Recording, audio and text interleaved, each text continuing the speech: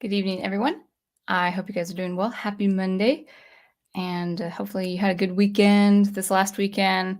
We're going to be talking about science fiction. And I think this will be the first stream going forward, just talking um, generally speaking about science fiction. So I would love some confirmation if we are sounding good, if we're looking okay. Signal looks fine to me, which is great. I might actually leave the door open to let some cool air in. Good, as confirmed by my wonderful prof. I look and sound great. Good. And then we'll welcome the chat. And then this will be a really loose discussion about the Foundation trilogy and Isaac Asimov in particular. And this will be a very casual discussion on classic science fiction and what to expect with classic science fiction and what's really good about classic science fiction. And well, as I have it on my title there, the good, the bad, and the subjective. So hopefully you guys enjoy this. Even if you're not really into science fiction, this is something to consider if you're wanting to write at all. So anyway, thank you, Big Al. Wonderful. Let me go ahead and I don't think opening the door will affect the sound, but so I'll just slightly open the door. 1 second.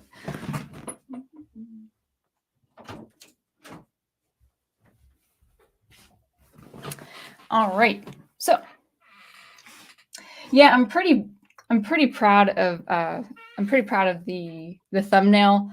It is the one of the original book covers of the Foundation trilogy. Now, the Foundation trilogy by Isaac Asimov is actually a full trilogy. It is completed, but there are subsequent stories set in a 7-book series, and there's also a prelude. So the trilogy actually starts as book 2, 3, and 4. Books 2, 3, and 4, and then you have some subsequent stories. I believe that's right. Yeah, I'm almost positive there are 3 subsequent stories in the series, and I will know soon because I've been purchasing 1 book at a time. So it's been good, and I think this will be a general stream on science fiction using the Foundation as a reference point, and then I might actually go into other subsequent streams where it is, I would say, more in depth on plot and narrative and concepts and characters, but it's not there's actually, we'll get into this a little bit, but there's no real character exploration like you would see in a modern piece of fiction today. But anyway, there are some very interesting concepts and worlds to explore and themes to explore, and also some enigmatic characters as well. So anyway, I feel a little bit distracted today. Not sure why. But let's go ahead and welcome the chat. All right, let's try. Dr. Y says, one of these days I'm going to read these books. Well, this stream is definitely meant to help you kind of understand if you go into the books, what to expect. And I find them very, very enjoyable. I find the stories very enjoyable. The way it's written, it's very classic. It's kind of like going into a classic, listening to a classic radio show or seeing a very old classic style of television, or something like Outer Limits, or well, I'll say this very carefully. You just feel the pulp behind the world building, but it's still also a very sophisticated set of stories. So I hope this stream helps you with your decision to explore Asimov. I think if you're serious about science fiction, you should just read Asimov, even if you come out not really enjoying his stories, because if anything, he's pretty much a historical figure in science fiction. Obviously, he's world famous. His name is very famous in the science fiction genre, but he serves as that historical first. He really is the impetus that started concepts like galactic empire. He did really explore. I know people before him explored this too, but he explored things like a little bit of pseudoscience and mysticism with, hyper mental abilities and all of that. So he's just if you are interested in science fiction at any capacity, whether you're wanting to do a story yourself or want to get into sci-fi art or something like that, Asimov is really a person to look into anyway, regardless of what you would think about his stories or how you would rate his stories. My wonderful prof says, very much looking forward to your thoughts on this, my Tenuviel. I know you've been thinking about it a lot. I have. It's been wonderful. I finished the book. I finished the third book last night. And it actually, it has a twist not unlike the very ending of the book Scoundrels in the Star Wars EU. So I read the last sentence. I'm like, whoa. And actually, the thing is, this is my second time reading the trilogy. I read the trilogy about 12 to 13 years ago, and I just really didn't have a good reading comprehension. I still kind of don't have a good reading comprehension, but it's good. I think Asimov is good to read again after a decade. So like I read it in my mid-20s now, for the first time. Now I'm in my mid-30s. I'm reading it a second time. So I might pick it up again, a third time in my 40s. So anyway, thank you, Big Al. I hope to have a good stream. And we've got Go Team Ghost Forevermore. Nice. Space Ghost. And is that Coast to Coast? Probably not. I think it's just Space Ghost, right? And then also, huzzah! Another stream to enjoy before being displaced by time again. Well, it's science fiction, so that's all. I'll see you in my future, and you're seeing me in your in the past. Yeah.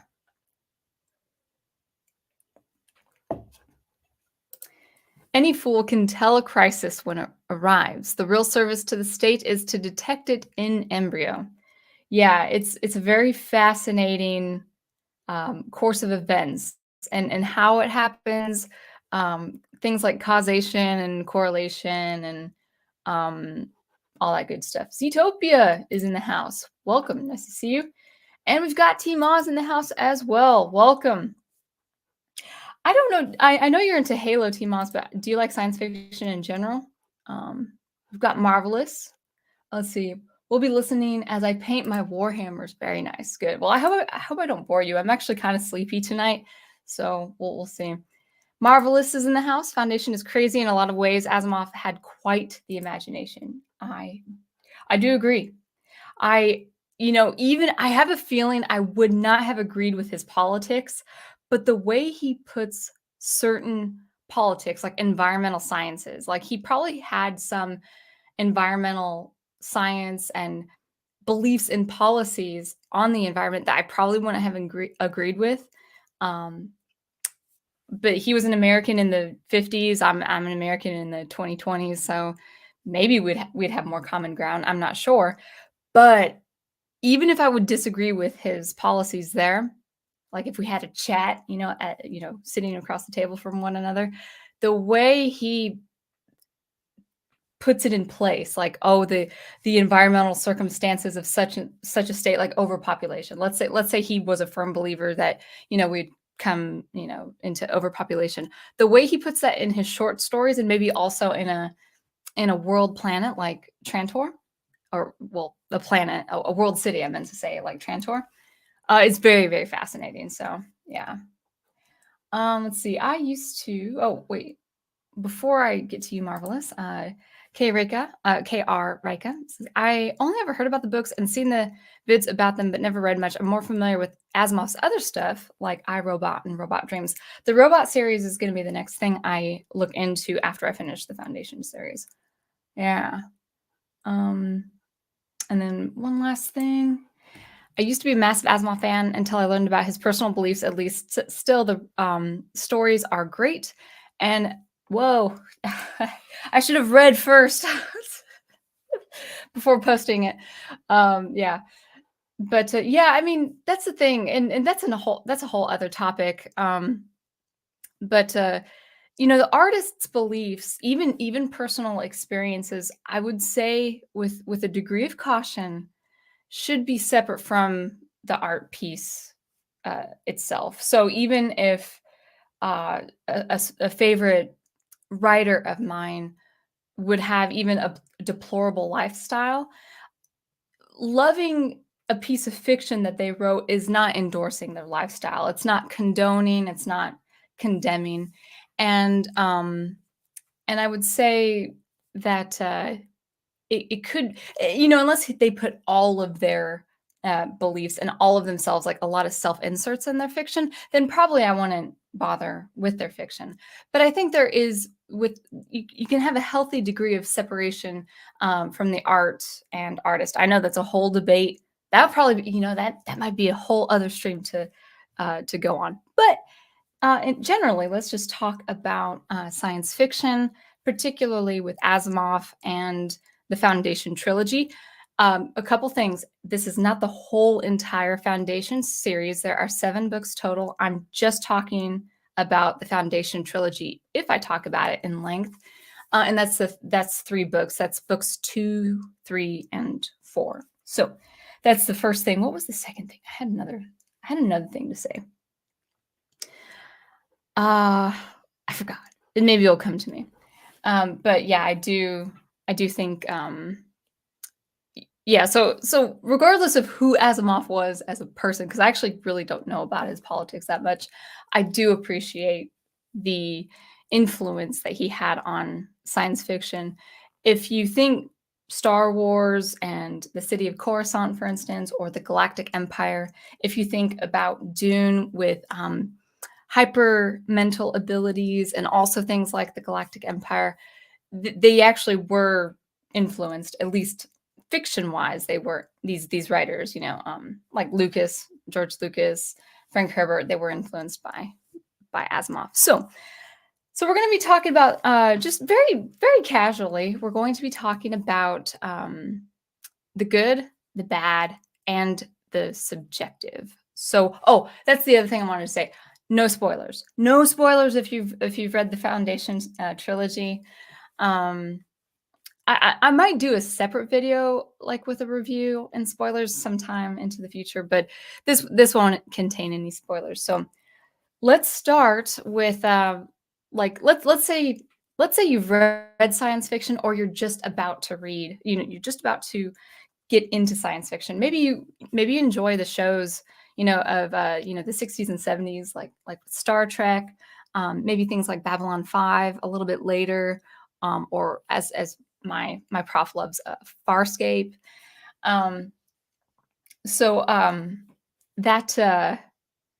That's you're intrigued by the world building of the TV shows, and then you think, oh, maybe I should get into some classic science fiction. Really, the classic science fiction that I would immediately go to is something like the Foundation trilogy. The Foundation trilogy, just kind of to give you a general impression, it's got a lot of scope and it has stakes, but there's a general feeling of adventure, intrigue, and a little bit of optimism. Now, there are some devious characters, there are some complicated characters and concepts, and there actually are some forces at work that maybe some readers would see as a good thing. I personally don't think certain forces at work are very good. Kind of like maybe some people would believe a kind of spiritual benevolent dictatorship is okay as long as they're manipulating people for the good. I'm not for that. So things like that can be more subjective to the reader's experience. But there's even though there are great stakes, even though there are periods of time that have to do with anarchy and oppression and also disorder, you don't really see that as you see that as a big thing, as a consequential thing, but you don't see it as a dystopian thing. Asimov with the Foundation trilogy can have some darker tones to it, some mysterious and enigmatic tones to it, but it's not dystopian. It's not nihilistic. It really is meant to be more of an adventure, even though it includes war and maneuvering through politics and different things like that. It's got that fantastical like space adventure feel we see with Star Wars, except it does have way more complicated themes and darker nuances, but it's not meant to be read as well, at least in my experience, it's not meant to be read as something dark. Whereas where I felt with Dune, I read the first book of Dune and I looked into the series of Dune, and there is a much darker tone with Dune that I had to like pull back because it was like maybe I'll read the subsequent stories a little bit later. I just need some breathing room. With Asimov and his world, there's so much scope. It's huge. It's a huge world, but there is that sense of optimism. Like, okay, we're gonna come over this, hump of oppression and anarchy and mystery and high stakes and all of that. So the the that's where I would have you consider if you had never read Asimov before. First of all, with Asimov, I would say even well, I wouldn't say his short stories are darker, but I would say his short stories can be a little bit more of a mix between somber and dark and stuff like that. But with the Asimov, at least the trilogy, it's it's it's got more political intrigue and adventure. So that is what I would expect, going into Asimov's trilogy, Foundation trilogy. Just expect a little bit more pulp fiction with complicated themes and political intrigue. So that's the first thing. Now, what is good about Asimov, the Foundation trilogy, is the world building. Very, very interesting concepts. So we'll start actually with the physical worlds. A lot of variety, a lot of variety. You do feel the great distance and expanse of the galaxy. In some way, you don't feel that with Star Wars. Now, that's no fault to George Lucas and his team. Obviously, we go to different planets in Star Wars. Well, not even a handful, but we do go explore different planets, and then you of course see the planet or the moon, and then the black void of space behind the planet, so you can understand. Yeah, there is distance with the prequels. There is distance with uh, the kind of the ship going into like a position like locked in on coordinates and then traveling through hyperspace. So we see, especially with the prequels in Star Wars, we do see some scope, but you really feel the scope of the galaxy when reading Asimov. We start first with Trantor, the actual, not the troll, my love, but Trantor. uh, Trantor, Ernest, Ernest Scared Stupid. They're not the same. I'm talking about the Trantor from Asimov. We start with Trantor, which is the central government in the center, the one planet, that central location of the entire galactic empire. Not only is it the planet that the emperor resides in, but all of his admin, all of the possible people that would work to maintain the empire, they live on Trantor. And if you want to talk about scope, it's like these people are maintaining an entire galaxy. Well, let's give it some scope. First of all, it's actually at the center of the galaxy. Now, I don't know if that's physically or astronomically possible in the physical world, in our reality. But the Trantor is situated at the center of the galaxy, and then it maintains the expanse of the galaxy all the way to the periphery. But we're not. But even at the beginning of the first book, we're seeing that the influence of the galaxy, of the galactic empire, rather, is wearing thin or has already worn thin around the peripheral planets. Now, Trantor at the center, I think it was like, gosh, I think it was like 25. I think the galaxy had something like 25 million worlds or something like that. Like it's huge. You really do feel many populations of people. Now, interesting about Trantor, you get the scope when Asimov describes Trantor. The Trantor is completely ecumenical. Like it's a city planet. It's a world planet, and it houses 40 billion people. So 40 billion officials who maintain the emperor's dynasty or whatever, or his control, uh, and the control of course, hundreds and thousands of other planets in the galaxy. And it's like, wow, how can one planet, house 40 billion people? And actually, I think I think I remember understanding that Trantor is actually, as far as landmass is concerned, Trantor is smaller in landmass than our Earth. So how in the world would Trantor house 40 billion people or more? Well, you have to think vertically. You have to think going up with the high rises and going down into the depths of the ground, however far you can go, possibly. And so just by that planet alone, you do have scope. It's like, whoa, okay, we've got over 40 billion officials on one central planet that maintains control of the entire galaxy. You don't feel that scope with Star Wars, which is pretty interesting if you think about it, because Star Wars is a visual medium. It's a film, and so it's like, well, that should be easily displayed, but it's not. You don't feel, if you actually, for all the I love Star Wars, don't get me wrong, but for all the hype of Star Wars, especially recently, Star Wars actually feels quite small as a galaxy. We keep seeing the same worlds being explored, and you don't have that limited feel with Asimov. You do feel, whoa, this is exactly what a galactic empire would feel like. So that's pretty cool. That's pretty cool. So you do have scope, and you do have very interesting world building.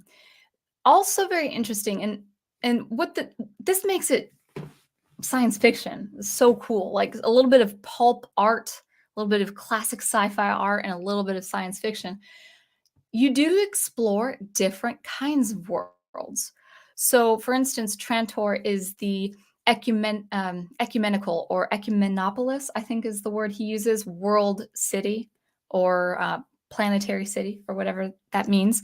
So you have the whole planet being a city, as with Trantor, and then you have neighboring worlds that are strictly agricultural, because they would have to be agricultural to support such a planet, such a densely populated planet.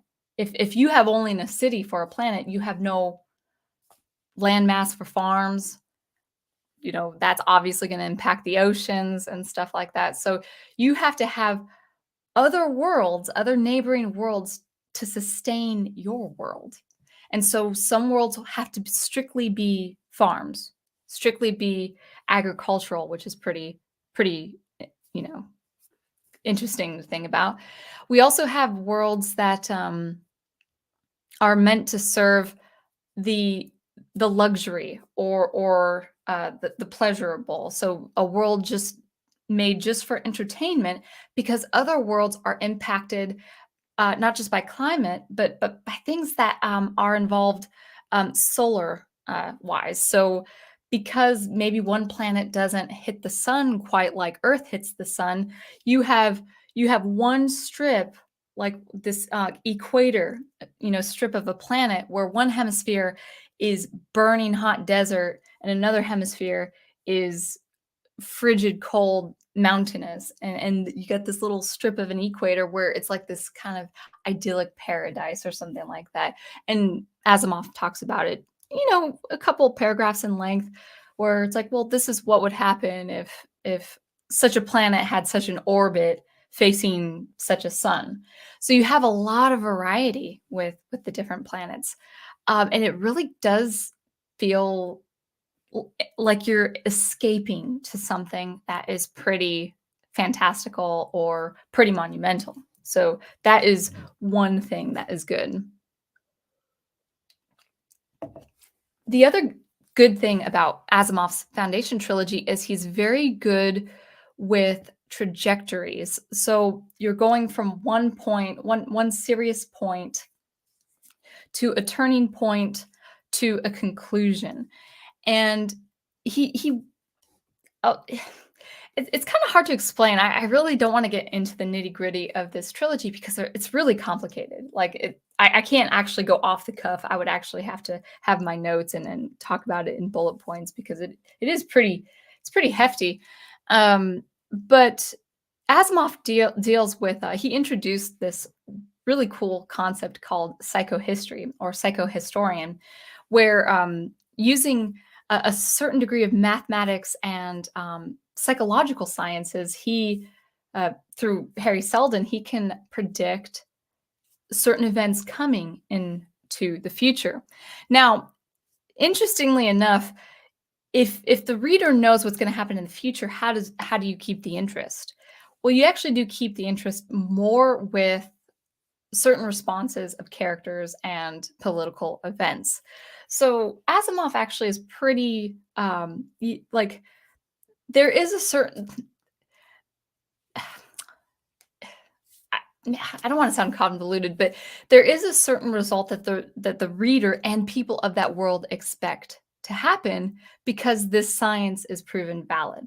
Harry Seldon is proven to be true and right with every certain crisis. A Seldon crisis is at play in the first book. But if you know what the result is going to be, and nothing that the characters really do affect that outcome, well, how do you make it interesting? You have to then work with characters' reactions to events and what certain characters like politicians and kings and princes will do to get their way no matter what. And there's more of a you could play with more political figures that are more tragic in that way. Now, he does actually introduce a new force at work in the second book. Very cool character. No spoilers if you guys have already read this, but this character is actually one of my favorite science fiction characters of all time. Now, I need to read more science fiction before I make that assessment, again, 20 years from now. But there's this very mysterious, enigmatic character called the Mule. And I'm actually going to go into detail another time with this character because it's very interesting. Again, no spoilers, but he's a very, very fascinating character, and he's actually an anomaly that kind of throws a wrench into the predicted order of things. So because of that, now Asimov has worked inside the trajectory. Oh, like, oh, okay, how's the world going to figure this one out? They're stumped, and then chaos ensues, and it's great. It's good stuff. So he really works with trajectories and arcs. A starting point, like a climax, and a finish, pretty well. He also breaks the books down pretty well because I think actually he wrote these stories as short stories. And he wrote them as stories to be published in a magazine. And because of that, he's actually broken each book into either two parts. I think the first book is actually 5 parts. And there's a little bit of breathing room between each part. Like, oh, okay, here's what this group of people, here's what they're doing. Oh, okay, Seldon is saying this group of people's doing this and stuff like that. So it's a little bit more organized. So I think that is pretty good too. And then, so what I mentioned is the good. You got the great world building. Like science fiction, you don't want to overdo it on the world building, but at the same time, you don't want to not talk about world building because with science fiction, you can really have fun and have an adventure with just the world building. He has a variety of worlds. He has some very interesting political and economic and sociological concepts. Very interesting.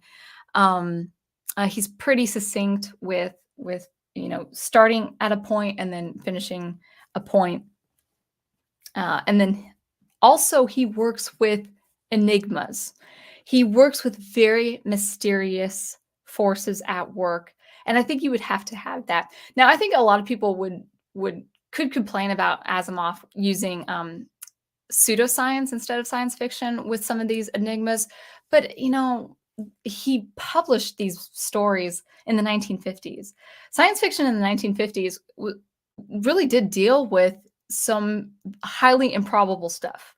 Science fiction actually can be highly improbable. Science fiction does not have to have hard science explained. It can actually, as long as you can have like an analog or comparison to a real life thing, you actually can be very flexible with your sciences and technology in science fiction. You kind of sort of accept the pseudoscience and kind of the mystical qualities of Asimov.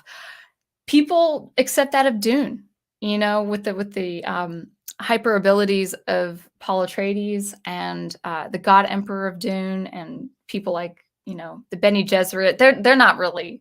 I don't think they're magical. They're not a magical group of women. They just have hyper abilities that are relatable. Like, oh, okay, I get it. Even though it's not possible in this world, I get how it could be possible, or at least at the very least accepted that. Oh, like, okay, this is a little on the meta level, but in science fiction, especially dealing with a galactic empire, you can really you can be pretty lenient. Like, you could be pretty flexible. I think people by and large, if they're reading especially classic science fiction, they're not gonna ask you for the hard sciences of teleportation. They're just gonna accept it. So I think a classic science fiction has that ability. Some people, I think, for modern science fiction, they would probably say, "Hey, you need to explain this better now that our science is a lot more advanced," or something like that. And to that, I say, no. You can, as long as you can make it palatable, you can make it work. And it's not soft magic or hard magic. It's just what is to be accepted. So let me see if I can recap the good world building, the concepts, political, sociological, and economical, and uh, just the ability to start at a point and resolve a point effectively. All right, now let's talk about the bad. And I don't really have too much to say on the bad of the Foundation trilogy, and it might actually lead into the more subjective in the Foundation trilogy. The bad is actually the technical writing of Asimov. So we're in the decade of 2020. This was published. I'm sure this was written, I think, in the 40s, and it was published 1951, 2, and 3. So the stories were actually cemented as novels in the 50s. So we have to kind of cut Asimov some slack with his writing sensibilities of the past. It's kind of like with Tolkien. We love Tolkien. We love The Lord of the Rings, but there's a lot of pacing issues of Tolkien that people by and large understand, oh, okay, it's a little bit too much here. It's a little it extends too much here. It's the same with Asimov. And the bad works in a couple of ways. Again, this is more of the writing sensibilities of the 1950s. We don't have this kind of mindset now. We're more action. We're less speaking and talking and more action. Not to say you shouldn't speak and have prose, but with the 1950s science fiction, Asimov suffered in his writing in a couple of ways. The first one is a technical thing. If he had an editor, if he had a proofreader and a professional editor writing his stuff, that person probably wasn't a good one or a professional one.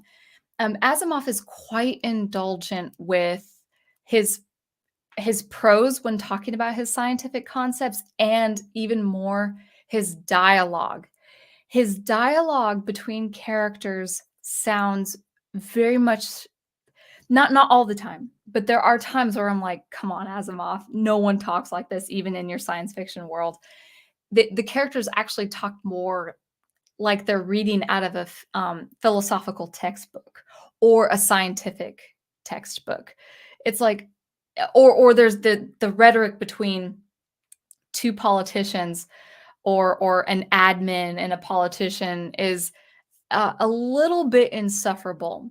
Now, he might have done that to show the kind of caricatures of these characters because they're not really real people. They are more caricatures of the events of that world, of that fantastical world. But the way, I mean, some of these people will talk in paragraphs. And I'm thinking, unless you're telling a story, or unless it's a scientist or a psychologist who needs to get the bullet points down saying, this is why this is a serious situation. Let me extemporize.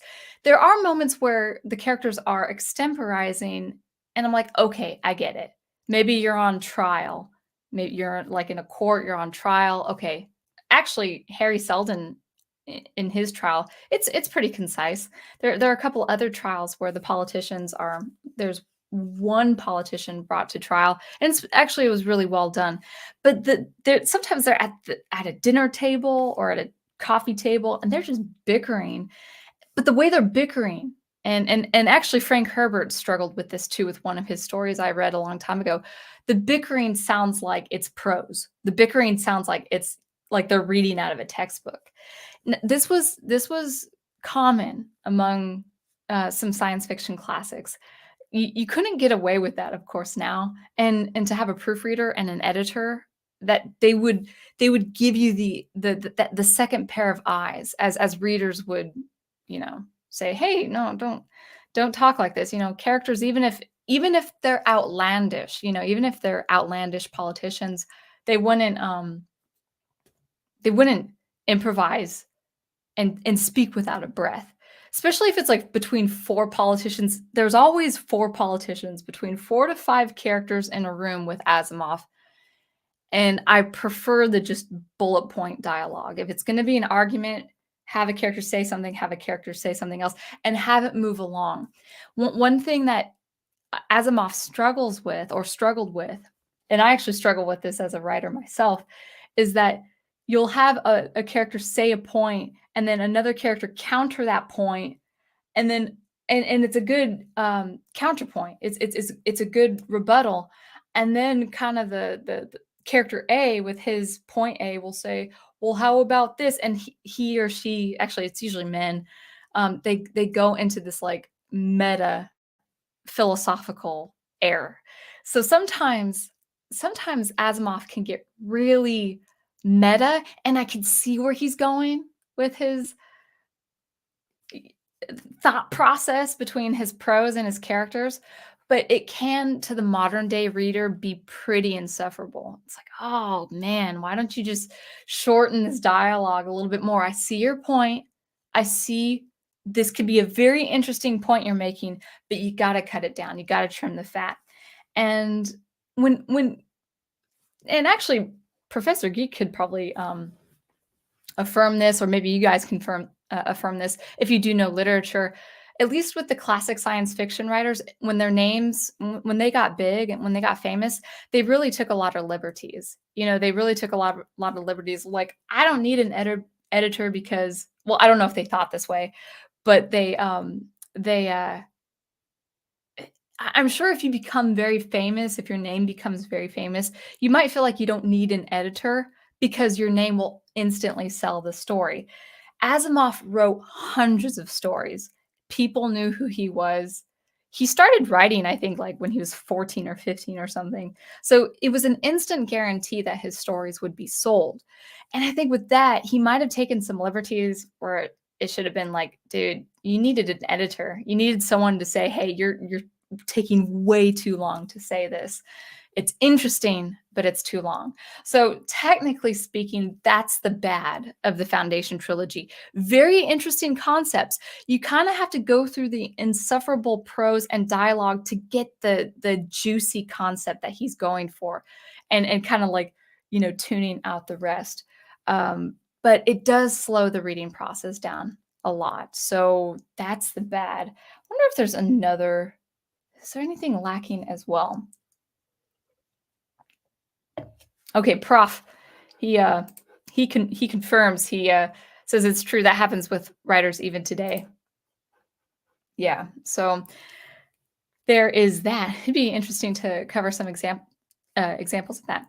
So anyway, that's what I would say going in. If you're not used to reading classical science fiction, I would say of the 19, I would say between the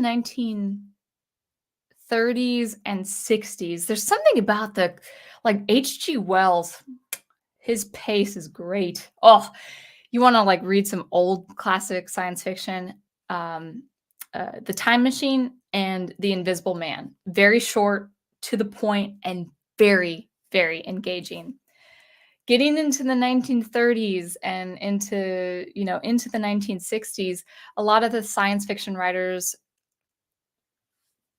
believed they wrote very interesting concepts, and they did, but in order to make it interesting, they had to like pack it in with so much, and sometimes it's like, "Nah, you don't need that. Just give me a bullet point, maybe a few, pieces of dialogue, and then let's be on our way for, to solve this crisis." So, that's what I would say going in, to the Foundation trilogy. Just be prepared that you might have to kinda get through a little bit of that slog. It's still very interesting, but it's the technical writing aspect is, uh, I would say, not up to snuff for modern day reading sensibilities. Now, the subjective. Let's talk about the subjective. This is actually a preference. Like, so I'm gonna talk about points in his trilogy that I would say people might like or people might not prefer. And so this is where we're gonna probably wrap it up. Uh, what is subjective about Asimov with his Foundation trilogy? Well, let me give you a little bit of the context. The Foundation trilogy is based on the premise of a man using mathematics and psychology to predict the future and to be able to restore order in 1,000 years' time. So the premise is that the current galactic empire is crumbling. It's falling away. No one's going to see it for, I think, 200 years, like from where Selden is. There's going to be a little bit of rivalry and fighting between kingdoms on the periphery, but no one's going to really feel the anarchy of a crumbling galactic empire until, I think, 200 to 300 years from the starting point where Selden makes his appearance and presents his case. And so from that premise alone, we should expect a huge passage of time between the first character, Harry Seldon. He's like 2 years before his death because he's an old man. Between the first character and then many other characters trying to work out these Selden crises and figuring out what to do in the middle of political maneuvers and all of that. So the Foundation trilogy, I believe, oh, what is it? I believe it spans 400 years. If I got the numbers right, I can't remember off the top of my head. But in 3 books, you're going across 400 years. So the passage of time is huge between 3 books. They're relatively short books compared to science fiction of today. They are short reads. You can get through a book probably if you had like if you're on vacation and you were just reading books, you could get through the trilogy in probably 4 to 5 days of just reading. They're very short books, well, comparably short books compared to books of today. But in 3 stories and 3 novels, you're covering 300 to 400 years. So what does that mean? Well, obviously characters are going to change. Now, people are human. People have normal life expectancy. There's no indication that people live longer than they live now as an average, 75 to 80 years old. People have the same unless I miss something, they have the same life expectancy as you and me in this world, or in the time of the 1950s or whatever. And so if you're covering 400 years, you're going to be going between characters. Not only that, there are turning points that span over those centuries that are very important. So you're going to be dealing with multiple characters at different points of time in the story. What does that mean? Well, it means there's really no character development. You're not following a major protagonist. Now, there are protagonists in little inserts of the story as you move along, but they really have maybe averaging 5 to 10 chapters, relatively short chapters, by the way. And then you go off to the next event, and you go off to the next, you course through the passage of time to the next major political mover or economical mover of that story.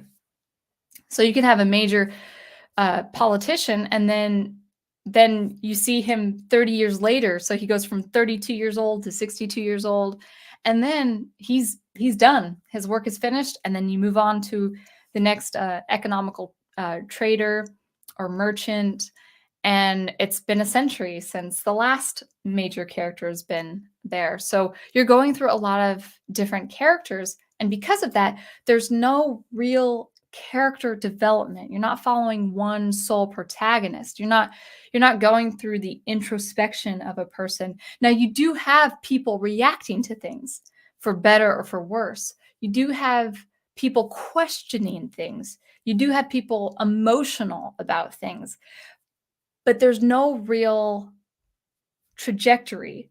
The way you see a person behave when you first see them is pretty much how they're going to conclude.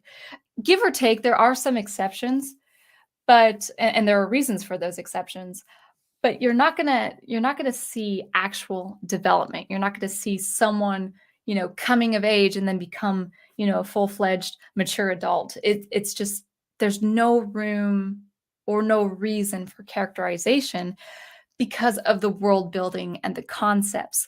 Back in science fiction times of the 1950s, most of the books that I read, you just didn't get into someone's introspection.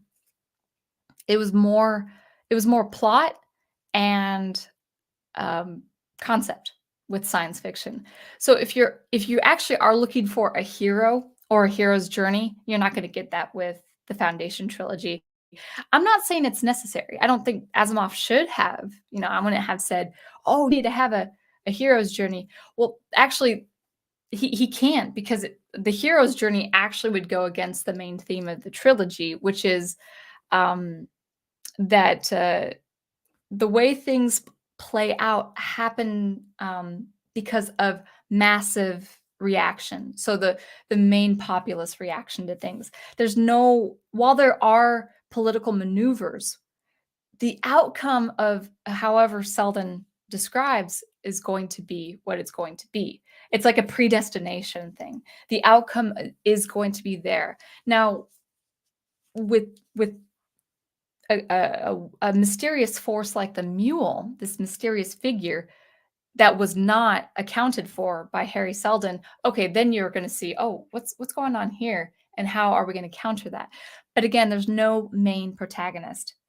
Now, I would say, and you kind of see it anyway, so this isn't really a spoiler, and people probably would debate me, like people debate about the Joker and stuff like that.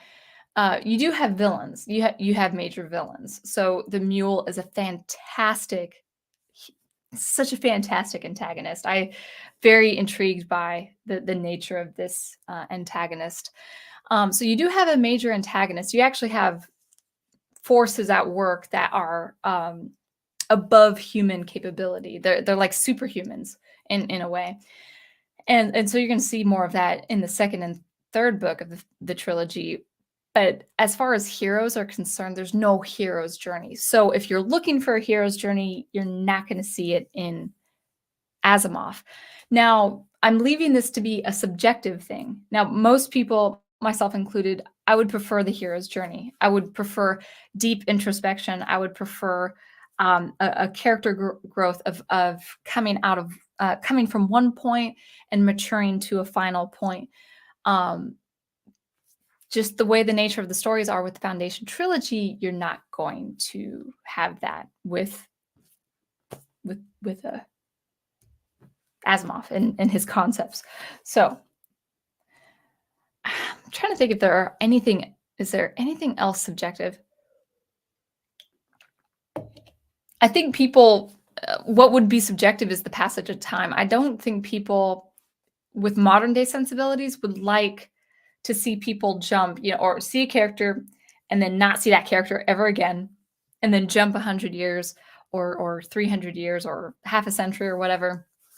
I don't think people, by and large, if I took a survey, I can imagine people not preferring that. I think people would like a timeline that is like following one character, and maybe it's multiple books, but it doesn't exceed 5 years. Like within a generation. I think people like that limited. Like, I want to see this within 10 years. No more than 10 years. I'd rather see this in under 5 years. I could be mistaken about that, but that's what I think. Now, I'm sure I'll think of other things as I go, but let's go ahead and talk amongst ourselves, with the chat. Wolfton, nice to see you.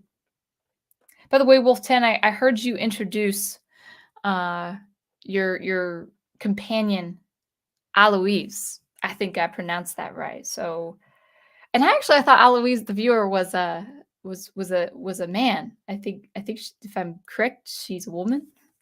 So anyway. Oh, Private Eye is here. Welcome. Honestly, the only thing I know about Asimov is Dirk Gently, good books, really trippy. Yeah, I need to read more of his short stories as well. Pretty interesting short stories. He wrote hundreds of stories, so he's definitely prolific there.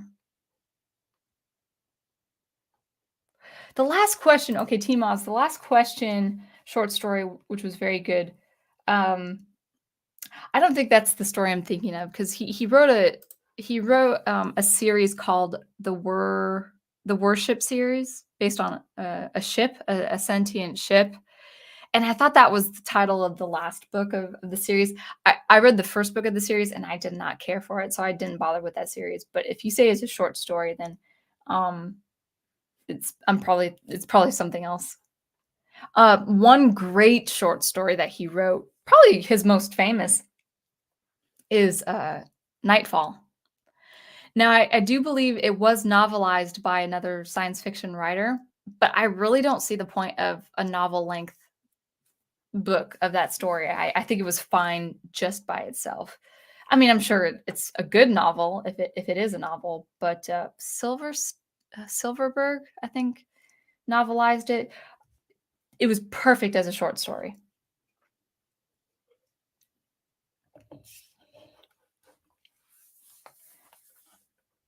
All right. Ginyu is here. Is it Ginyu? I think it's Ginyu with a hard G, right? Like, would that be a Japanese name? Every time I see that name, though, I think of Final Fantasy IV, with the dragon creatures that you have to fight toward the end. They start out really hard, like really hard enemies, and then you level up, and then they're pretty easy.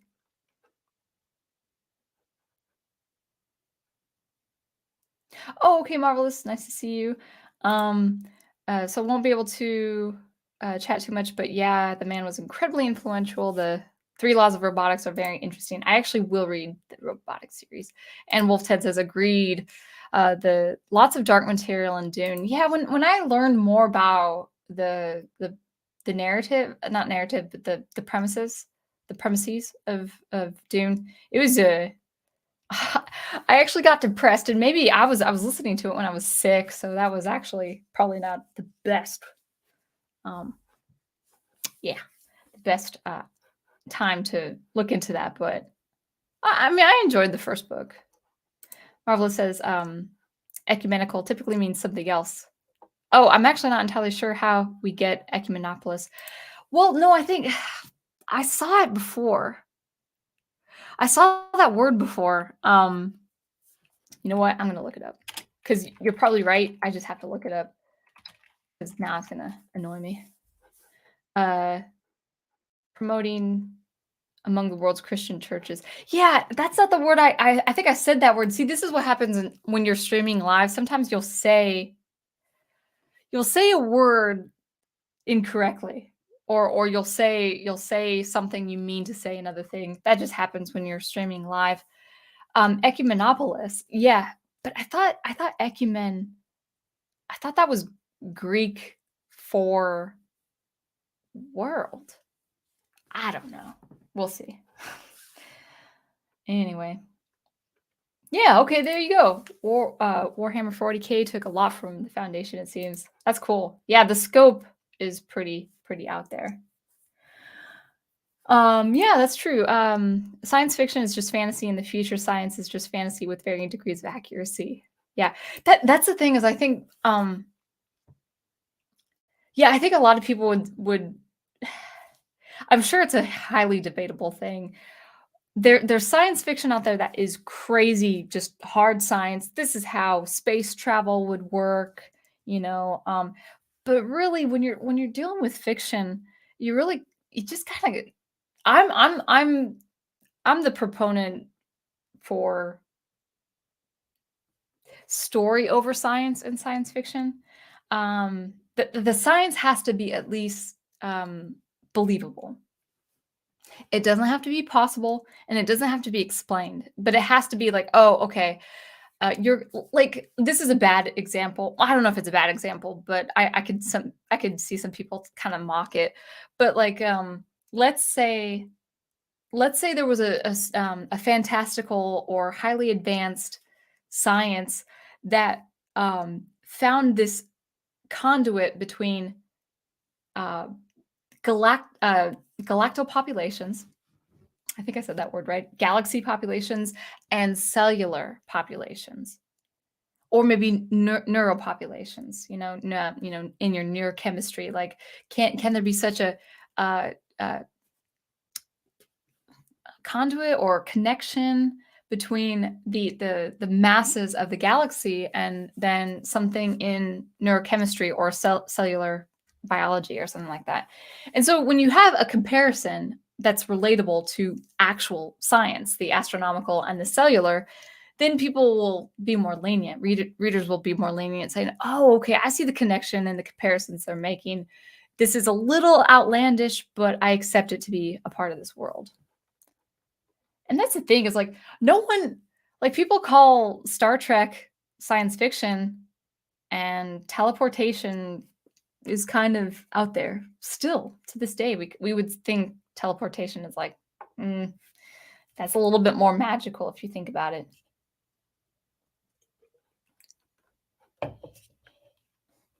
Oh, okay. KR says got a copy of The Time Machine and War of the Worlds. Both in the same book. That's cool. Also saw the 1960 movie of The Time Machine. Great stuff. The only real classic science fiction movie I saw was Journey to the Center of the Earth, which is not really science fiction. It's more fantasy.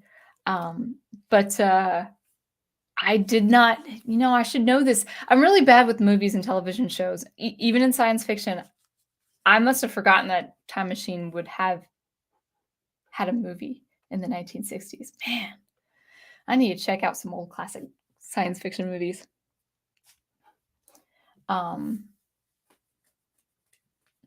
Trip to the Moon. You recommend A Trip to the Moon, granddaddy of science fiction films. It's the first. Cool. I wonder what year that was. Oh, interesting. So Selden used math to solve the Hegelian dialectic on a galactical scale. I did not see that. I'd be curious how that's applied because I don't see that. If you have an application for that, that's interesting. Yeah, I'd be interested if you could explain that a little bit, just in a little bit more depth. I don't know much about his politics, KR. I remember someone mentioned about Asimov's politics. Did he put any of that in the books? If so, did any of it feel off or out of date for you? Okay, so one thing that I do know, it's just well done. There's a science fiction short story he wrote called Water Clap. So the word water clap, like thunderclap, a loud boom of thunder. And I remember reading it a second time. I even have it over there. It's a very interesting it's a very interesting short story. I mean, it's a long short story, but you can read it in under 2 hours or whatever. Now, there are two things that he put in that would, I think, make people bristle a little bit these days, especially conservatives. So, the first thing is it's an environmental thing. What would the world do if there was an overpopulation crisis? Now, his explanation and the premise of that story and the environment is very, very interesting. I almost want to like talk about it. Well, let me just kind of say it. I will. You can find it in one of his short story books, but I won't spoil anything. But basically, the premise is what would the world do? How would the government? And I think he may establish it to be a world government, so I'm not sure about that. But what would the world do if there was an overpopulation crisis? And the answer really is set at the very beginning of the story. People would need to advance in science and navigation to establish an infrastructure and a habitable world under the ocean. Under the ocean. So at the bottom of the ocean, basically. Now, there were some there are some nuances like, oh, that would affect the ocean and the environment and the fish and stuff like that. And they're trying to say, no, our sciences are safe. And the only thing that's not really safe is actually transporting people down to the bottom of the ocean. But don't worry, we need government funding, and we're going to get to that and stuff like that. And so that's one thing to work in. The second thing is actually transporting people to the moon. And so you would have a lunar society, lunarians, as they called it, very pale, very stoic men and women. And they'd have to be very pale and almost sickly looking because, of course, they can't go outside, just kind of like with the underwater people. So there was the deep in well, oh gosh, how did he describe it? He described it so well. There's the vastness of space and the distance out in space, and then there's the deep. And so the void of the ocean versus the void of space. He said it in a much better way. I can't remember exactly off the top of my head how he said it. But really, really good stuff. And then there's this there's this conflict between the Lunarians and the deep water people, or however they oceanic. I'm not sure how the people who lived on the bottom of the ocean describe themselves. But there's actually there's a huge prejudice between moon men and ocean men, simply for the reason that they think the other is getting more government funding. Because the Lunarians want government funding so people can explore space more, so they don't have to worry about overpopulation. That the people in the ocean, they're going to wreck the ocean, and it's going to be chaos, and it's not safe anyway. It's not as safe as space travel, even though it's not as safe to live in space. But it's so it was a little bit of a conflict of prejudice between these two groups of people in this short story, and it actually reaches a pretty scary climax. Now, the other thing too, so it kind of reflected maybe what he would think would be the problem with let me is my video okay? Let me turn off my camera. I didn't change my avatar. Let me change my avatar. Nah, I won't change my avatar. Let me just let me know if my video was okay. But yeah, this is Galadriel, even though we're talking about science fiction.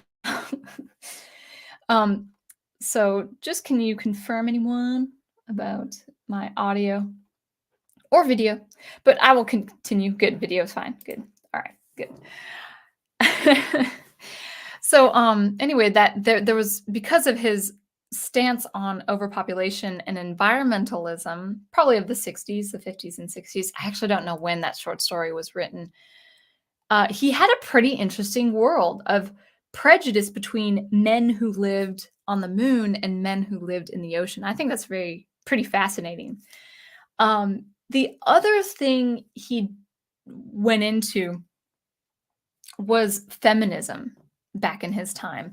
So the women, he would write stories with predominantly male characters, and there are two female characters. Well, three, I guess, in the Foundation trilogy, but two main ones, and then everyone else is they're just men. So that's actually another thing that is subjective. If you want a balance between men and women characters, you're not going to get that with Foundation. You're pretty much you're going to get all men in the first book, besides like a vain mistress of a vain king, and or wife. Actually, she's a wife, and then one girl and her granddaughter later. I personally don't care. It was fine as it was. But anyway, with Waterclap, his short story, he put in some feminist ideas. Actually, he did write a specifically feminist short story that's just really it's he I think he I'm going to say this. He might have had feminist ideas himself, but he wrote science fiction, and a lot of editors, I think a number of chief editors were women back then, as they are now, right? And the women would kind of say, like, he would have friends, he would have correspondences with a female editor and say, why don't you write more about this being a female robot or something? Like, why does it have to be male, or why does your characters have to be male? And so I think, in a way, I think he actually wrote feminists a work for feminism just to appease his friends. Maybe he had those ideas, I don't know, but I think he wrote to appease his female editorial friends as well. But anyway, there's a little bit of feminism in Waterclap. Now, it can feel like it's over your it's like it's coming down on you hard. I can't think of the phrase. In over your head? No, I can't think of the phrase right now. That usually happens. But then actually he ends where the husband and wife are actually really compatible. Like she triumphs, with her intellect, she triumphs over this lunatic.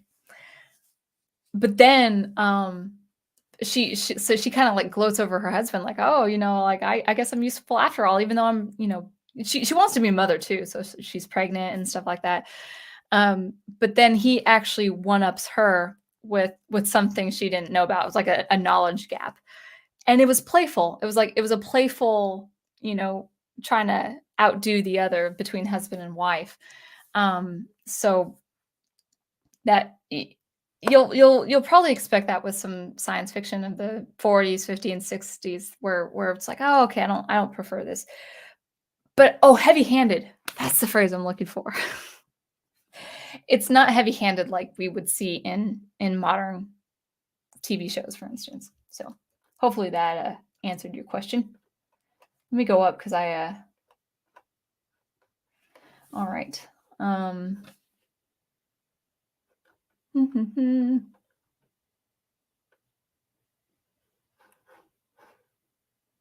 Okay, so actually Marvelous is answering your question as well. But it is far more subtle than modern writers. Yeah, exactly. It's obvious if you know it is there. It is. He kind of makes it obvious, but again, it's not heavy-handed. But when I first went through his archive, I didn't even notice. And it's not in all of his stories either. One thing you have to consider when reading Asimov is he doesn't really write characters as much as caricatures.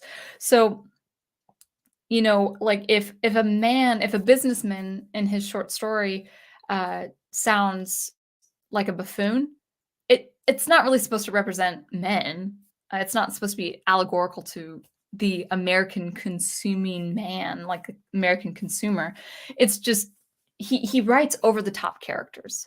That's another thing that you can say is subjective about Asimov and the Foundation trilogy is that his characters are over the top. They're outlandish. Some of them are outlandish. Some of them are over the top in their personality. Some of them are actually, if not all of them, are very animated in their own ways. They're not really supposed to represent people, like as you would see in the everyday world. They're supposed to represent a personality of someone to make certain events move. So people might not prefer that. A lot of old classic science fiction is over the top as far as personalities. It can actually be a little too much. You know, a lot of people can see the animation and the emotion of people a little bit to be too much. Most modern readers now, they want people in fantastical settings like magic or science fiction or whatever, but they want still people to react and engage like we would react. Makes sense. Makes sense.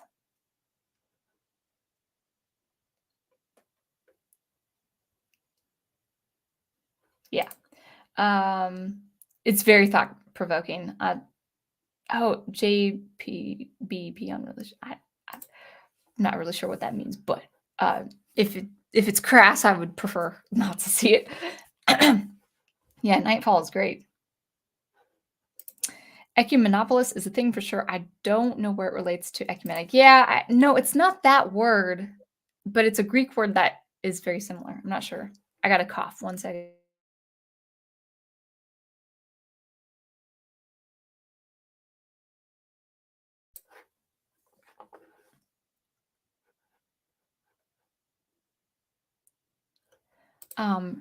George, I hope am I saying this Mialis? Am I saying that last name correct? It's the man who created first science fiction film, first fantasy film, first horror, and is the godfather of special effects.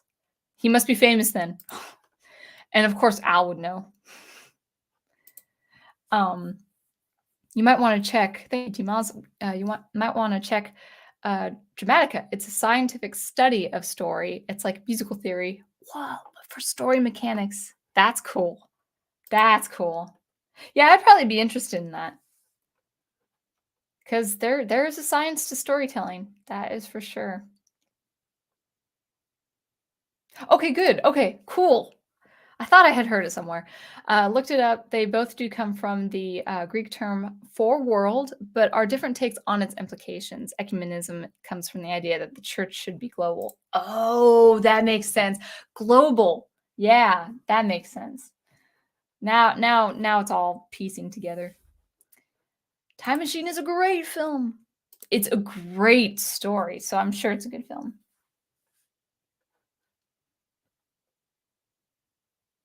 Okay, thank you. So, um, Hegelian. I know who you're talking about, Hegel, but I don't know how to pronounce that word. The dialectic is the idea that all of history is mankind working to solve our existence, working to a final thesis, like a synthesis of some. You get the thesis, antithesis, and synthesis.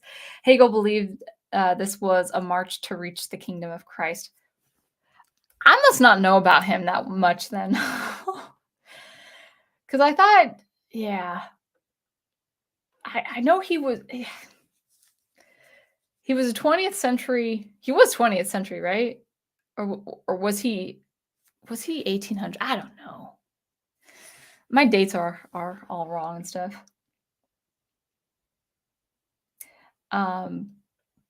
But Marx, however, made a materialist version, which the Foundation story takes from. It is the idea that human history follows a certain method of progress towards a secular utopia.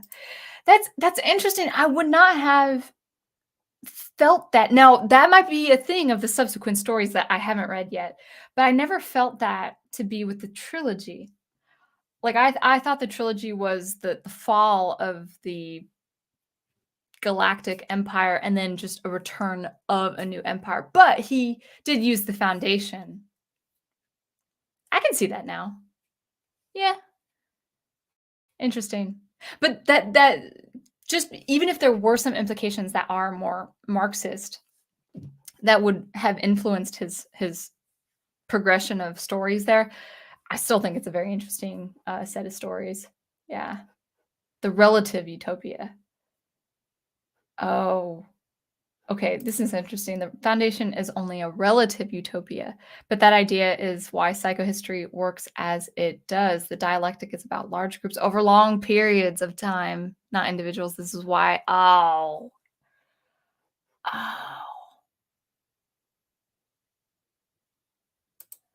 that makes sense. Yeah, I can see that. Yeah, the mule is a very interesting character.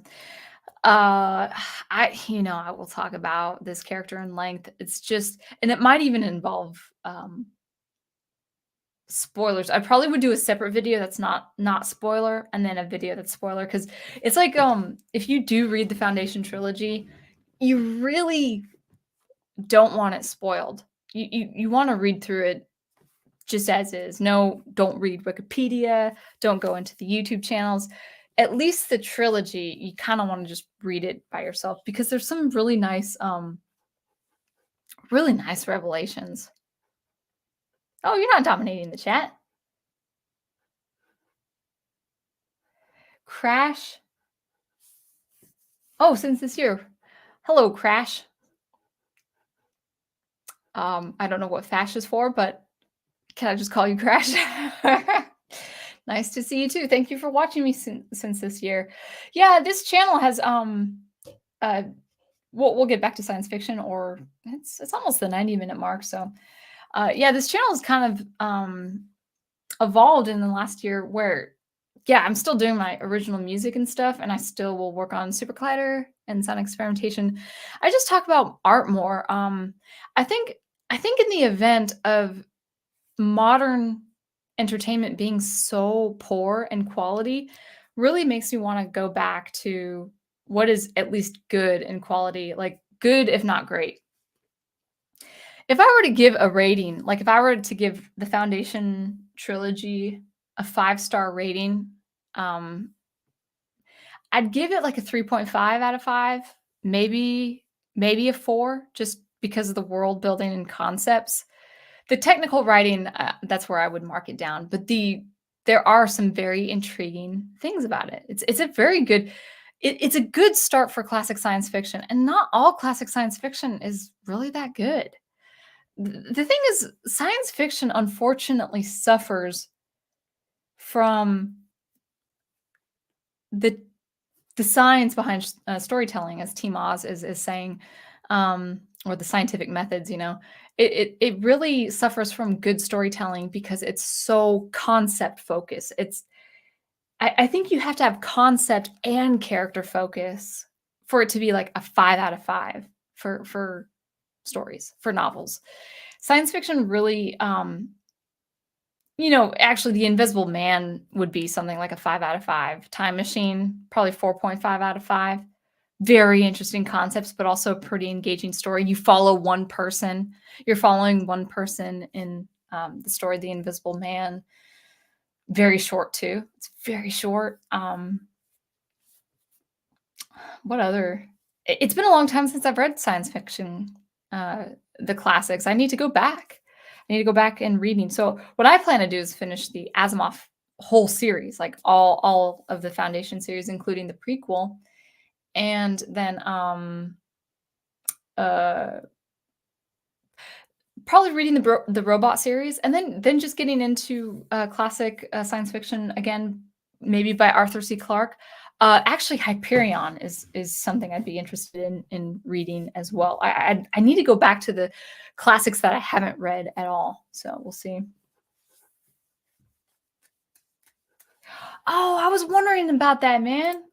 I'm so sorry. I'm no longer working for Shad. If you ever wanted to host or collab, oh, let me know. Thanks, man. Yeah, I actually haven't been collaborating for a couple years now, but hope everything's okay.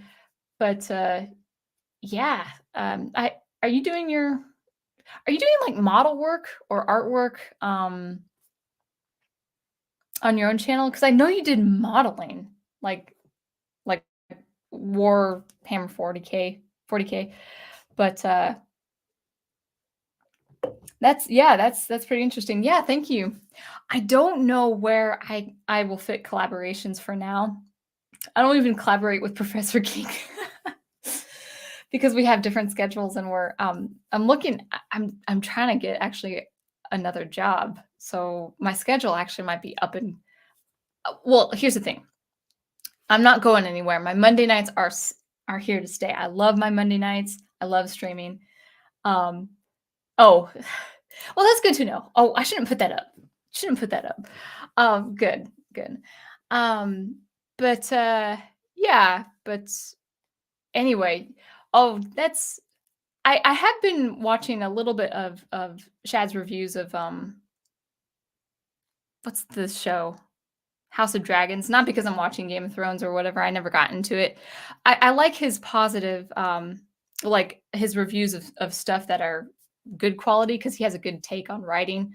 I've seen less and less of the reviews of like Marvel and stuff, but I had noticed that you hadn't been on, so I'm like, oh, where's and I don't know if you noticed there were people in the comments that are like, where's Oz?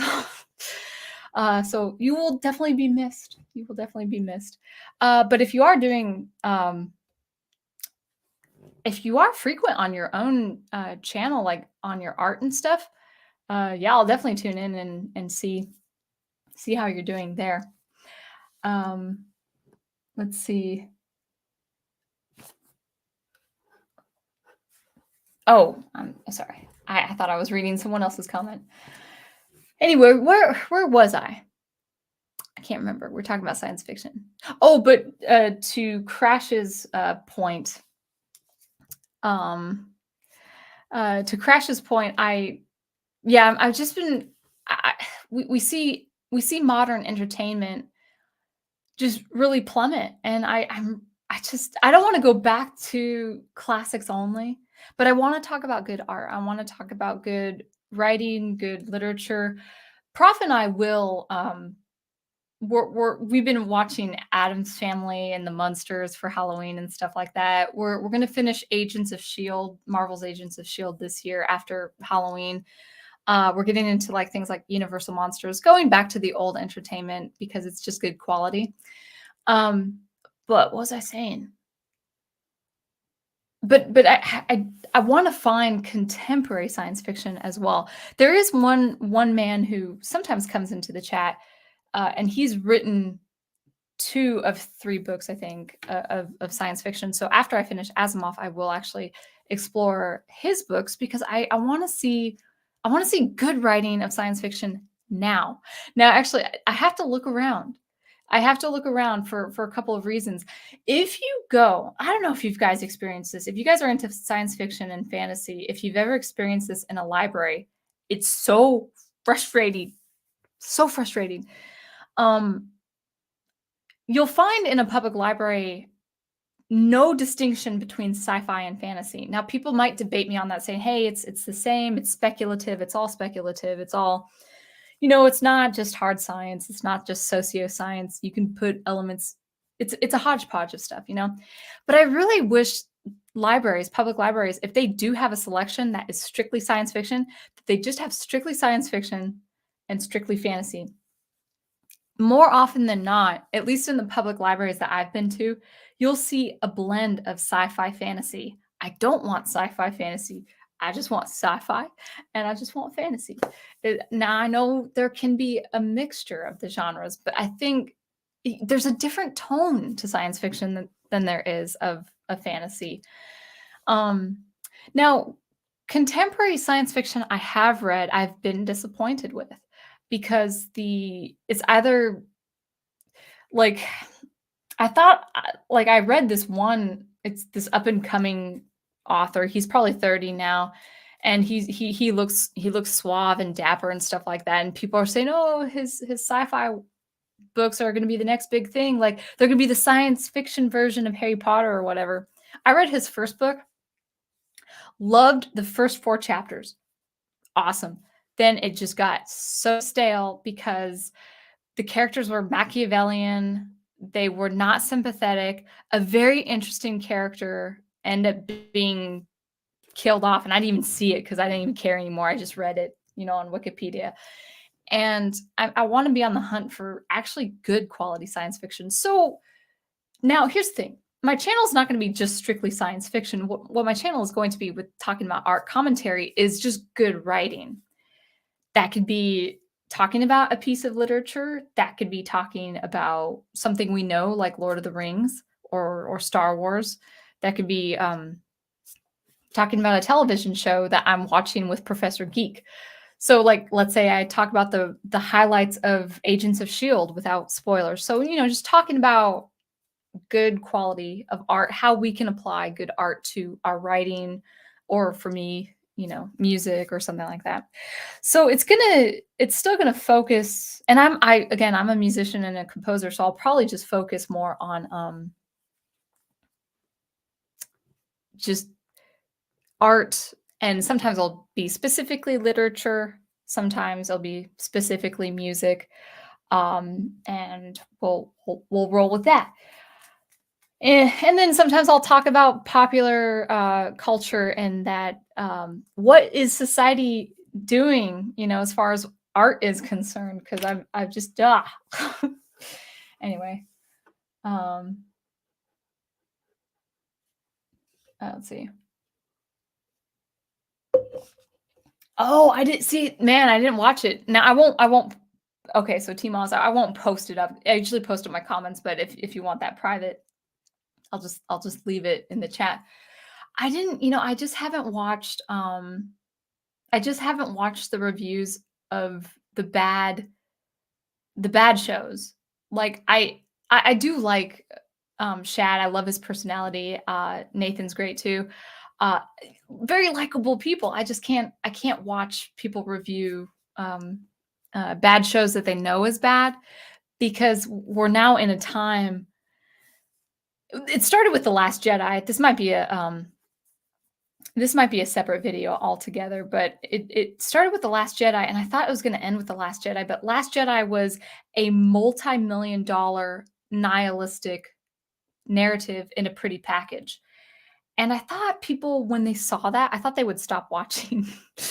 And so now with She-Hulk in particular, and also Rings of Power, everyone knew Rings of Power was just going to be an utter destruction and dismantling of Tolkien's lore. I was hoping people would like step away from it. And not only that, apparently the writing is so bad. And I'm like, okay, if the writing is so bad, they're not doing this by accident. They're doing it on purpose. And I don't know, T-Moz, if you saw my last stream, but basically I had talked about the writing missteps of the Siege of Mandalore, Clone Wars season 7 for Star Wars. And I really did. That was 2 years ago. And I thought if I, talked about the writing missteps, then, people will kind of catch wind, and then they're like, oh, okay, I won't watch it then. So I just feel like we're in an industry now where we just need good art again, but it's not going to be it's not going to come back to us in another decade or so because Amazon and everyone else will just keep keep up with the terrible art. But I love Shad and Nathan and all that. Sorry, my hair is falling out. Not my hair piece. Although I have really thin hair. But you did say live stream where it went wrong. If you want to see what happened, I don't know. Sorry if I hijacked it for a second. Oh no, that's fine. No one's hijacking my chat. I think the only way someone would hijack my chat is if they kept insulting me and swore a lot. That's it. Let's see. Crash says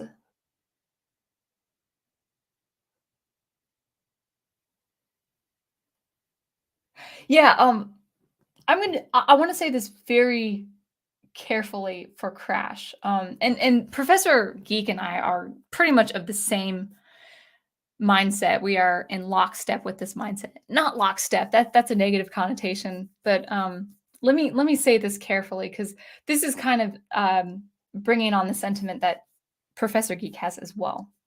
if I'm reading this correctly. So Crash says, I've got the perfect quote for you in regards to all those people in the fandom community spheres that are addicted to hate watching the new content.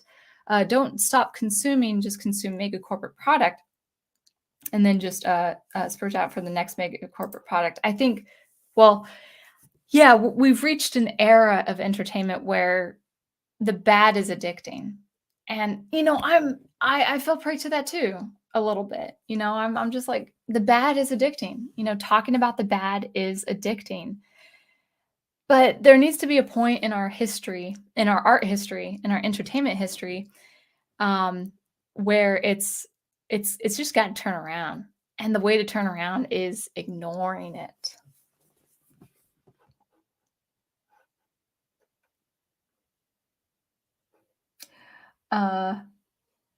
Yeah, and actually, T Moz, are you familiar with RJ from the Fourth Age?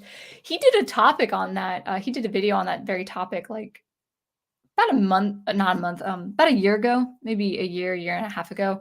I've seen that too. ESG investing skyrockets exactly on cue with the woke stuff. Yeah, it's serious.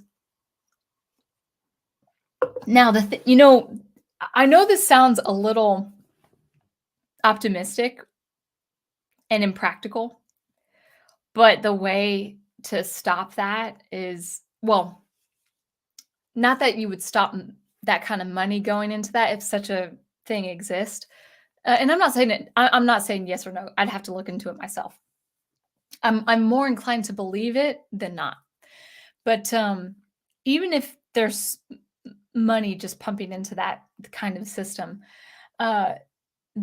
the currency is relevance. So if they pumped in money to that kind of system, so Hollywood and all the entertainment elites can keep producing this stuff, even if it tanks, even if it flops, it's not.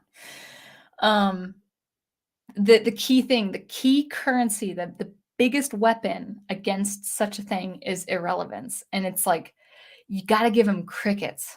You got to give them crickets. Yeah, I love the Fourth Age too. All right. Now here, what we would say, and I just want to say this carefully because it's like there are a lot of people I find very likable who produce different content on YouTube. It's just I'm getting more to the point where I'm watching them less because I just don't follow this stance. Where was I saying? What was I saying? I lost my train of thought. Yeah, I had heard about. Yeah, I had heard about Black Rock, and the thing is that name is channeling around, so it's not like some mythical thing. So it's terrifying, but at the same time, currency is sorry, excuse me, I'm losing my train of thinking. Giving them crickets, giving them silence will be not incentive for them to stop making their crud, but at least the populace won't be affected. So if everyone just outright stopped watching the nonsense, they would still produce the nonsense, but it wouldn't affect anything in the long run because people stopped ignoring it. Here's the thing, guys. I'll tell you something. I'm not saying it's true, but just consider this as a factor. Normies are not really watching Rings of Power. I know people say they are. It's like, oh, the normies are watching Rings of Power and destroying Tolkien's legacy and stuff like that. It's really not the normies. Because I told you as an example, I've got relatives who love Lord of the Rings. They love the books, they love the movies, they love The Hobbit. Maybe they love the Hobbit films. I'm not a fan of the Hobbit films. But I don't know why I have to keep saying that. But anyway, they love the books and they love the films. Some have never heard Rings of Power was a thing if they don't have Prime. One has Prime and they're like, what is that? I'm not going to watch that. I don't think normies are watching Rings of Power like people are saying that they are. I really do believe it's the cultural feed. Like you've got the YouTube channels that are dedicated to Tolkien's world and Lord of the Rings. You've got major Middle Earth channels that will talk about Rings of Power because that's their channel, and of course they're going to get so many views. But it's like, unless you're watching those channels, unless you're really aware of the YouTube sphere, you're not really going to give something like Rings of Power the time of day. People, your average Joe at the grocery store said this about Book of Boba Fett. Book of Boba Fett is boring because I never watched Book of Boba Fett. I don't watch any of the new Star Wars stuff. But I remember Professor Geek and I, we were sharing lunch with a couple, and they knew nothing about our views on Disney Star Wars, like how much we're against Disney Star Wars. They knew nothing about our ideas of Star Wars and popular art and entertainment. But we asked casually, we said, what do you think? This was the time Book of Boba Fett was showing. We're like, what do you think of Book of Boba Fett? And then the guy his face just goes flat. He's like, it's boring. Total normie. He does not know the sociological implications of the destruction of Star Wars, like my prof knows it. And he's like, it's boring. It's so boring. And now people are saying the same with Rings of Power. They're not even complaining that it's destroying Tolkien, which I would say that would be my reason to complain. But that they say it's not even entertaining. They can't write. People say, okay, this is such a rant, and I ran out of water, so I'm going to have to close up shop in just a little bit. But I will end it with this rant and then touch on some of your comments. I will end it with this. And I'm losing my train of thought because I'm like reading comments. What was my rant? And I have to get water. I was saying people are saying entertainment is boring. It's not gonna hold up some leg. Darn it! I lost my train of thought. The rant's gonna come back like after I close the stream. But actually, let me just read some chat and maybe it'll come back to me. And if you guys caught what I was saying.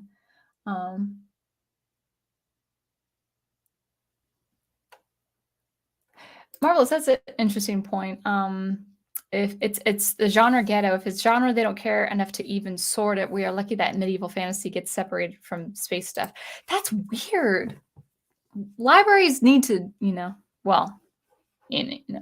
libraries are another thing all entirely.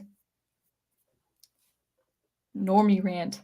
Yeah, it was a normie rant, but I can't remember what it was. I'll have to remember it and like post it as a video. I know I that's the thing with live streams. Sometimes you just forget. But Dramatica. Yeah, I'll have to look at, and you know what? I'm going to look at it right now. Dramatica. Because I had that rant. And the rant, that's annoying. I had something awesome to say. So Dramatica. Next chapter in story development. Yeah, that looks interesting. Expert for map. Oh, okay. Story elements. Cool. Okay, so it's soft. It looks like a toolkit software. Very good. Very good. Man, I'm sad. I'm sad. So, but I will cap it off. Or as a recap, I do want to go back into the classic science fiction. If you guys are interested in more in-depth analysis of the not Tolkien, if you are more into the in-depth analysis of Foundation Trilogy, I'm happy to cover that. I will actually talk in length about the more enigmatic characters, and how to write an enigma. What is important to write?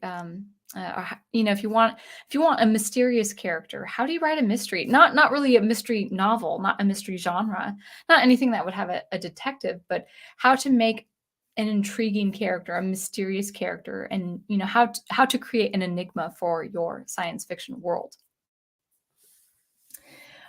So if you guys are interested in stuff like that, but I'll just continue with literature and all of that.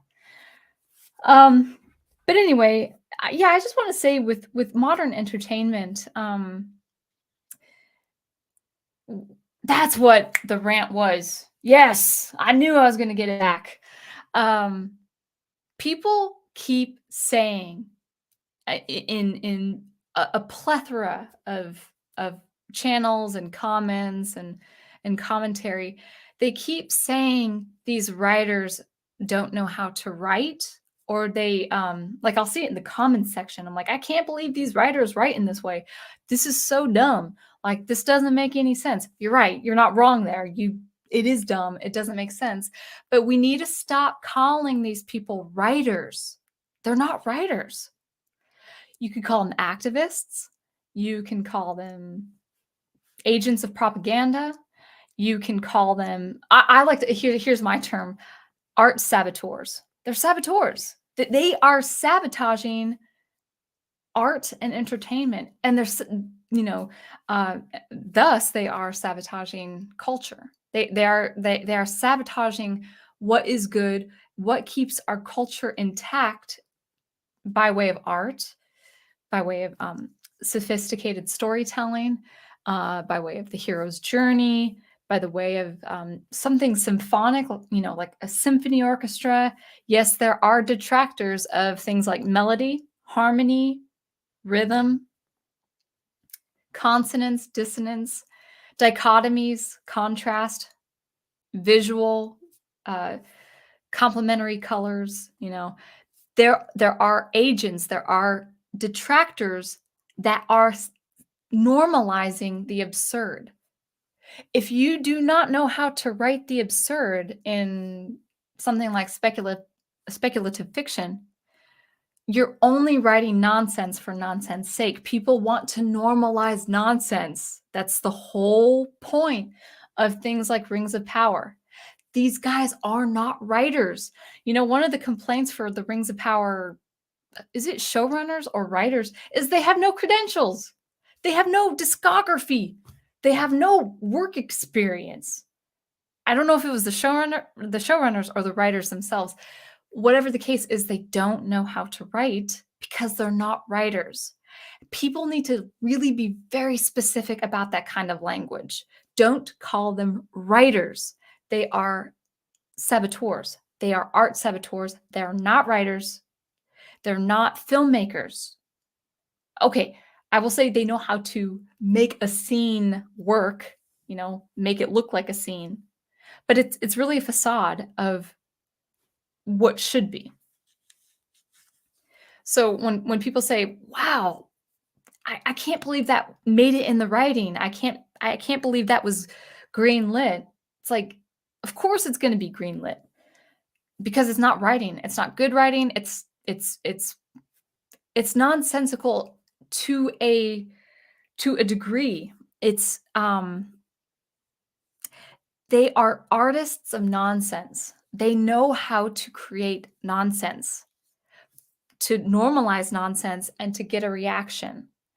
They're not real writers. They're agents of nonsense and absurdity.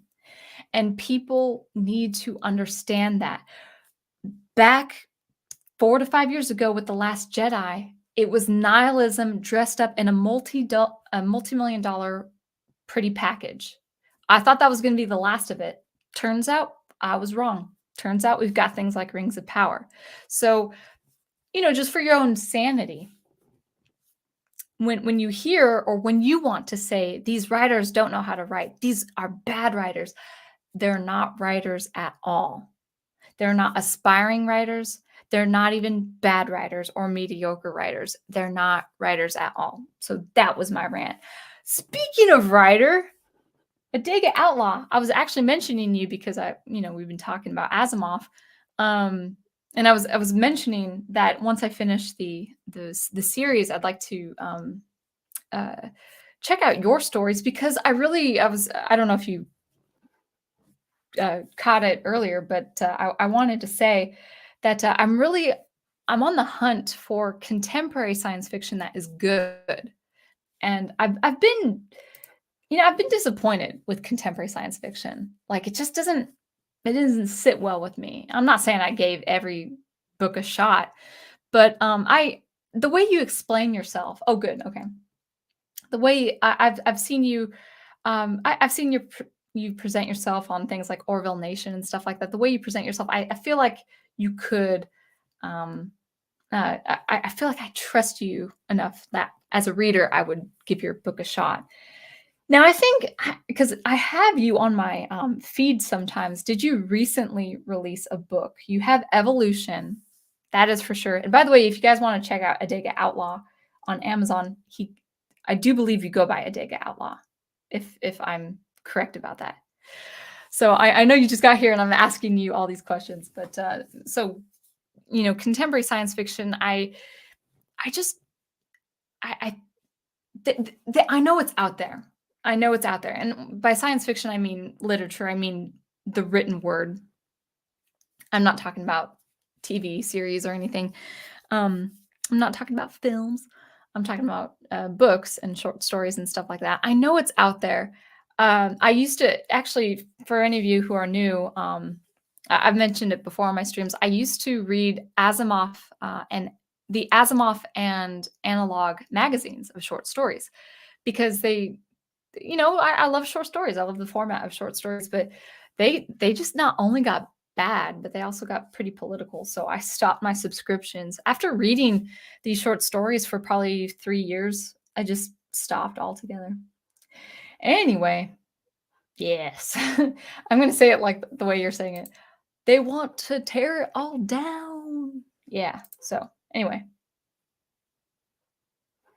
All right. Thanks, guys. You're right.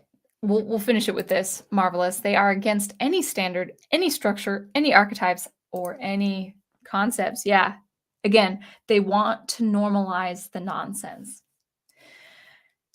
I don't see it stopping for another 10 years, at least 10 years. But until then, I'm going to be talking about good art.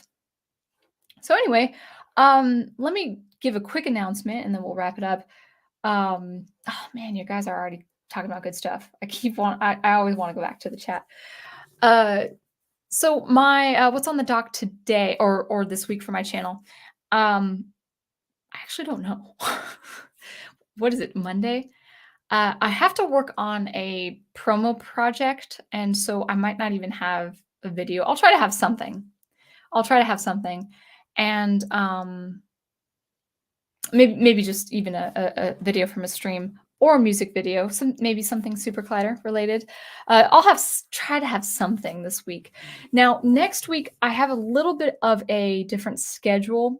My Monday nights are continuing, but next week, because we have Prof and I have a different schedule this weekend, I probably will not be streaming next Monday. But I have a couple videos already on the dock to post. One is a promo video on DistroKid because they paid me to make a promo video, and I'm happy to do it. And I composed good music, I think. So it will be a promo video. And then actually, I would like to do. I'm trying to work where I can post a soundtracks video, a score and analysis of Donkey Kong Country part 6? Yeah, part 6. The bonuses and the boss fights, and I think I can actually get that done by next week. And maybe I'll even release a single track, depending on how my mastering engineer is handling my electronic music. It's sounding great so far. We just have a few tweaks, so I might even post the release of my track by then as well. So I unfortunately will probably not make it for Monday night stream next week, but that's not to say I'm stopping my streams. You tune in 9:30 Eastern time. Rings of Power is Modernity, the show. Let's call it for what it is. Written by a bunch of postmodern philosophical majors and Leninist revolutionaries. Yeah. And the thing is, we can't really have a red pill revolution because we don't have a George Washington. We need a George Washington, and we don't have him. So anyway, but we can think. See, the thing is, we need a strong degree of intellectualism that will counter the nonsense. As long as we can continue preserving good art and intellectualism, we can maintain that relevance and uphold what is good. And eventually, maybe not for a long time, but eventually this nonsense will stop. One way or another, this nonsense will stop. I don't know when, I don't know how, but someday. But oh, actually, yes. My Sunday streams are kind of off the cuff, by the way.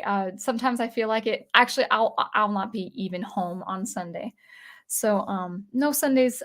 So no streams for until the following week, unfortunately. But you'll have some fixed videos. But thank you though.